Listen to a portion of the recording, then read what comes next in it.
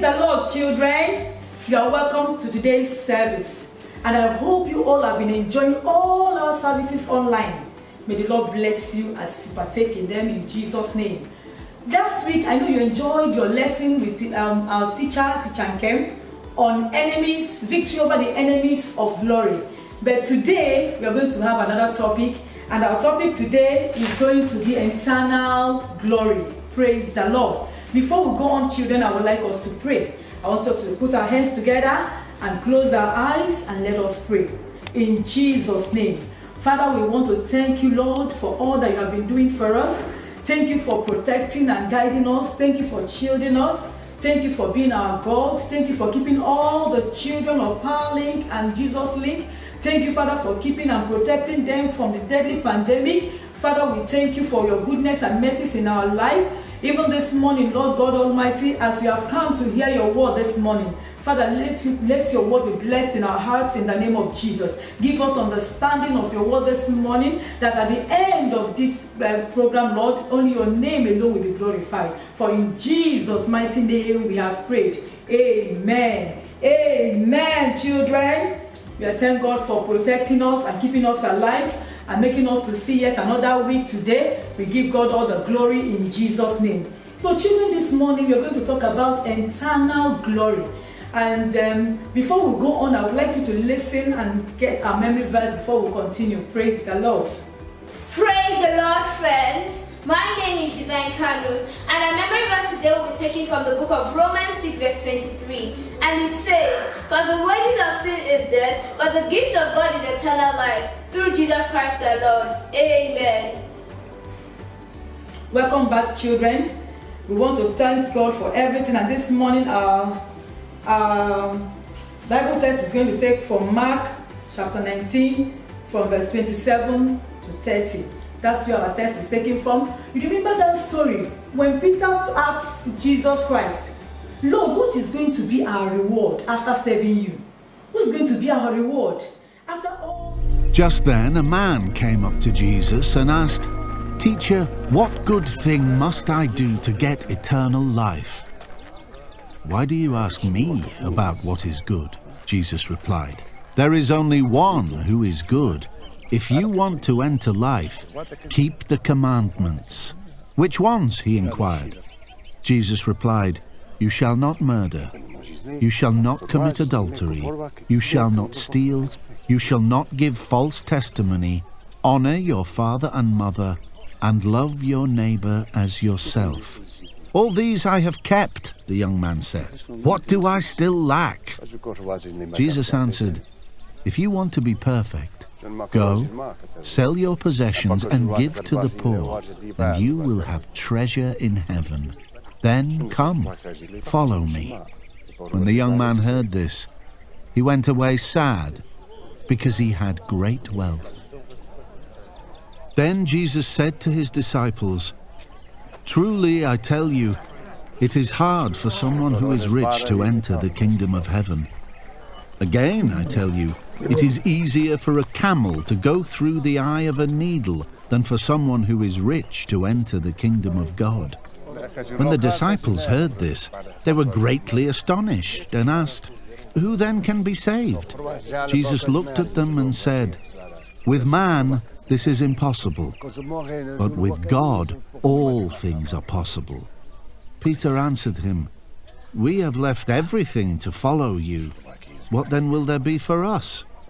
Jesus said to them, "Truly I tell you, at the renewal of all things, when the Son of Man sits on his glorious throne, you who have followed me will also sit on 12 thrones, judging the 12 tribes of Israel.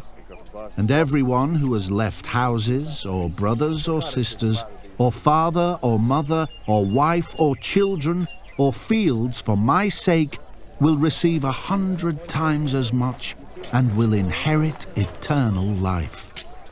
But many who are first will be last, and many who are last will be first." After all, we have left our families, we've left our work. I know, remember Peter was a fisherman. He left his fishing, and other disciples, they were all professional men. They left them to follow him. And Peter asked him at that very text, What is going to be our reward for following you? For leaving our mothers, leaving our fathers, leaving our profession, leaving everything to follow you? What is going to be our reward? Look at what Jesus answered him. That his reward is going to be eternal glory with him in the kingdom of heaven. That when he will be in heaven, he will also be with him to reign in the kingdom of his Father. And that is going to be our reward. Remember what our memory verse said. When you listen, you heard from our memory verse that the wages of sin is death, but the gift of God is eternal life. You know what a gift is? A gift is something that he doesn't merit, that somebody just out of his own will, out of his own kindness, packed and parceled it and give to you. That is what God gave to us. Out of love, out of passion, out of kindness, God packed and parceled our gifts, and that is eternal life. And remember also that the memory verse said that the wages of sin, you know what wages is? Wages is like a reward for what you have done. So the reward of sin is death. And I know, children, none of us want to die the second time. None of us will die the second time in Jesus' name. Amen. Praise the Lord. Children, what is eternal glory? Let's talk about it. What is eternal glory? Eternal glory is everlasting glory. Glory that have no end. That we're going to be with Christ forever and ever and ever and ever. Is everlasting glory. That is what Christ has promised us. And that is eternal life. Where we will be with Christ in heaven. And we will partake in the glory of our Lord Jesus Christ. Remember when men fell at the Garden of Eden? That is the beginning of the fall of man. When he took that apple that God asked him not to take, Adam ate it and the glory of man fell. Man lost his glory through disobedience to God at the Garden of Eden. And God was not silent about it. You know, our God is a very merciful and kind God. He said, no, that I will restore the glory of my children. And what did he do? Can someone remember what Jesus did? What God did?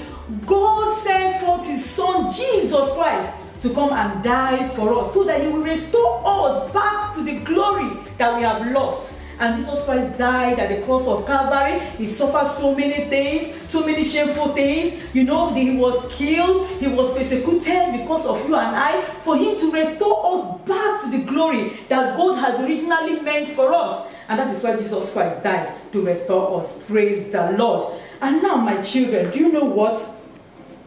What does this eternal glory mean when we talk about it in the intent of the Word of God?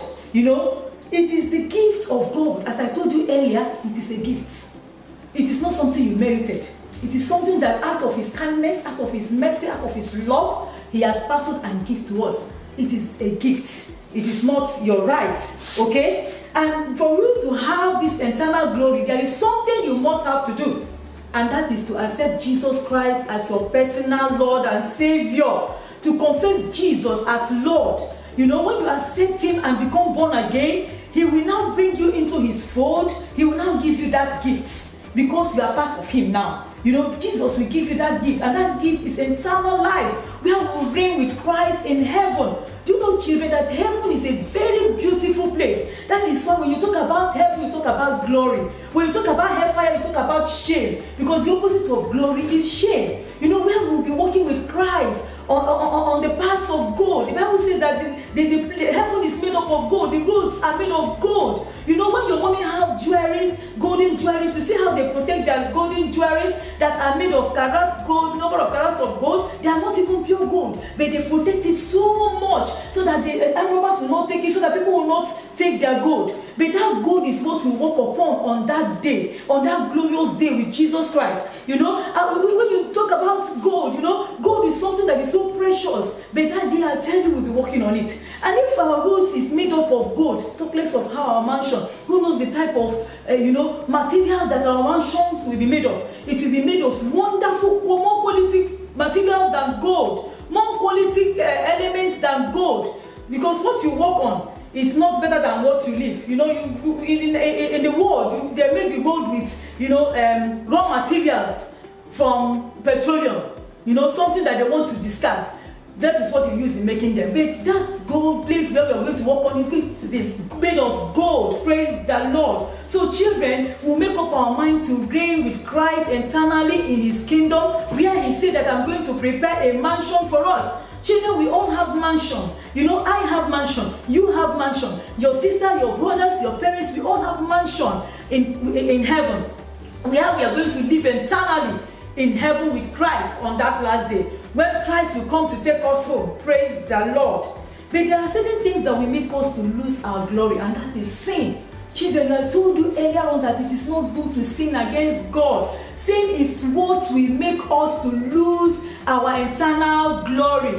When you sin against God, when you lie, when you disobey your parents, when you do things that you're not supposed to do, when you beat up your younger ones, when you steal your mommy's money from his purse, you do things that does not glorify God, that is when you will lose your glory and you will not see God and you will not be in heaven. God forbid, we will all be in heaven in Jesus' name. So children, I am going to ask us to give our life to Jesus Christ so that we will partake in that eternal glory. You give your life totally to him and tell him, Father, I don't want to sin again. I don't want to lie again. I don't want to beat up my younger ones again. I don't want to be disobedient to my parents. I want to be a good daughter of Christ. I want to be a good daughter of God, to obey God in all his ways. The Bible says also that we should also be doing the will of God here on earth. What are the will of God? You know, when you say thy kingdom come, means that you want to do his will on earth. Okay? So children, you have to do the will of God by obeying, just as I have said, and listening to your parents and reading your Bible and praying all the time. So if you want to give your life to Jesus Christ, children, wherever you are, I want you to put your right hand on your chest and make these prayers with me. Say, Lord Jesus, forgive all my sins. I'm sorry for all the sins that I've committed. Daddy, please forgive me. Lord, I am so sorry. Let the blood of Jesus cleanse me from every unrighteousness. And from today onward, Lord, I will live my life to glorify your name. Thank you, Lord Jesus, for forgiving my sin. In Jesus' name, I have prayed.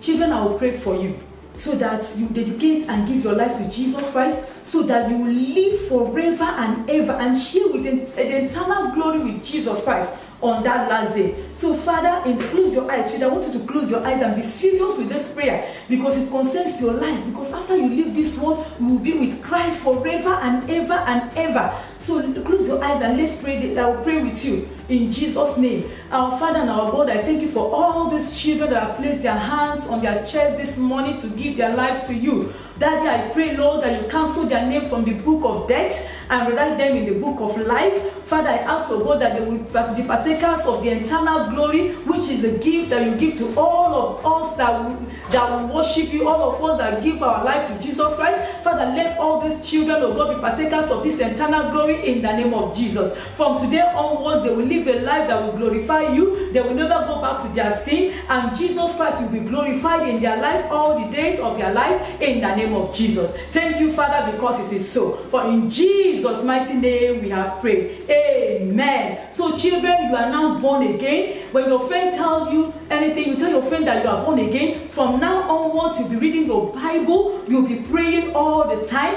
You pray anywhere. Prayer is just like talking to your Father. There is no protocol of where and when to pray. You can pray at all times. Talk to God as your Father. You tell him, Daddy, I love you. It is prayer. Daddy, you know, I love you so much. Daddy, you are a good God. You know, it's prayer. Talk to him at all times. Prayer must not be, you must kneel down and you must, no, anywhere you are, children, you pray and talk to your Father, because it's your heavenly Father. Whenever you have needs, you call upon him and he will answer you. Today, you are born again. Write it down that today I gave my life to Christ. And when everybody asks you, say, today is the day I gave my life. You know today's date? Tell the person that today, on so and so date, is the day I gave my life to Jesus. And forever we'll all be with Christ when he shall come, in the mighty name of Jesus. God bless you, children. See you next week and remain blessed in Jesus' name. Amen.